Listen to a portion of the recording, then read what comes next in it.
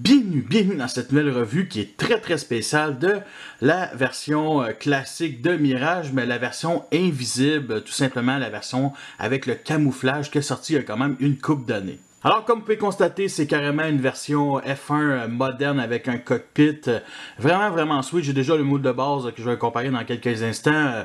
La version classique vraiment superbe avec un look quand même un peu féminin. Alors, côte à côte, vous pouvez voir qu'il est vraiment invisible. Si sérieusement, si on voit très bien ma main.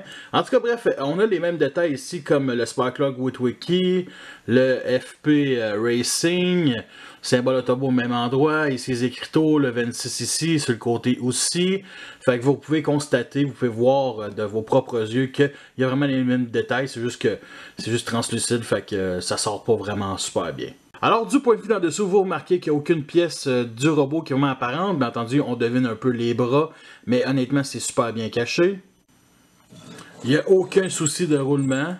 En comparaison justement avec la version normale, classique de 2006, et bien entendu, on ici la version Universe. Alors pour la transformation, ça reste extrêmement basique. Alors on vient ici prendre les jambes, les déplier, on les sépare. Ensuite, on place droit ici les pieds. On tourne la figurine. On vient ici détacher les bras avec cette petite pine-là ici, qui sont ensemble. Maintenant, on les déplie vers l'extérieur, comme ça, ainsi que la main. Je ne sais pas si vous voyez super bien, mais moi, je trouve qu'on voit super bien. Ensuite, on vient déplier cette petite partie-là ici. On déclipse l'arme. Maintenant, on place droit la tête, ici. Maintenant, on place l'arme dans la main. Et nous avons enfin notre mode robot qui est vraiment awesome, ok? Ce Mirage-là, sérieusement, là, je le vois, là, puis il est vraiment beau. Il est vraiment très sweet. Je l'aime vraiment beaucoup. Je suis vraiment content d'avoir une version invisible de Mirage, une fois pour toutes dans ma collection. Alors pour ce qui est des articulations de la tête ici qui est sur un bas joint, bien entendu aussi les épaules, fait qu'on peut lever le bras ici, on a un pivot, sinon on peut plier ici 90 degrés vers le haut, mais c'est dû à la transformation, et bien entendu la main aussi, on peut la rentrer à l'intérieur, mais c'est aussi dû à la transformation. On a un pivot ici aux jambes, on a une petite jupette qu'on peut lever ici, alors vers l'extérieur, vers l'arrière, vers l'avant.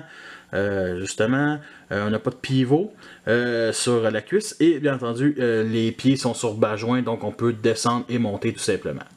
Alors pour ce qui est du backpack, honnêtement ça me dérange pas. Oui, c'est pas G1 parce que il me semble que dans Mirage G1 il n'y avait pas vraiment de backpack qui était vraiment fait plus large et non côté féminin. Justement aussi la posabilité est quand même bonne, mais bon, les pieds sur un bas joint c'est pas vraiment idéal. Donc, mais ça tient quand même parfaitement. Là, il ne tombera pas vers l'avant ou vers l'arrière, ça c'est certain. Alors, on a son arme ici qui est tout simplement une arbalète, qui est une arme exclusive pour ce jouet-là. Dans le jeu, il y avait un lance-roquette à épaule. Malheureusement, il ne se vend pas avec, mais bon, il se vendait avec un kit Fan Project, je crois. En tout cas, bref.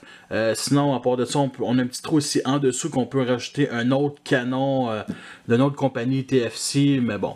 En comparaison justement avec la version classique normale, fait côte à côte, vraiment sweet. Puis en plus, on peut enlever ce lance-roquette là puis le plugger ici, genre. Mais ça tient vraiment pas bien. Là. Fait que c'est vraiment dommage que cette version-là, ça tient super bien.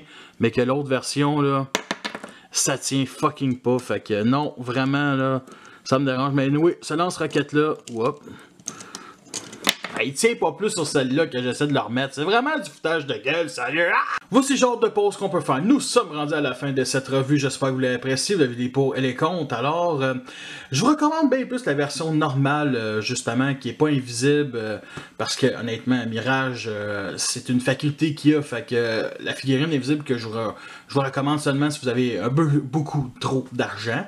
Aussi, parce que, sérieusement... c'est une version qui est quand même limitée, c'est un exclusif, bref. Puis surtout, c'est parfait pour un display, mettons, dans une scène d'action. Mirage, il active son cloak, puis ça fait vraiment quelque chose de cool. Je vais l'utiliser sûrement dans mes futurs comme No Wars. Alors, son prix initial, je me souviens plus.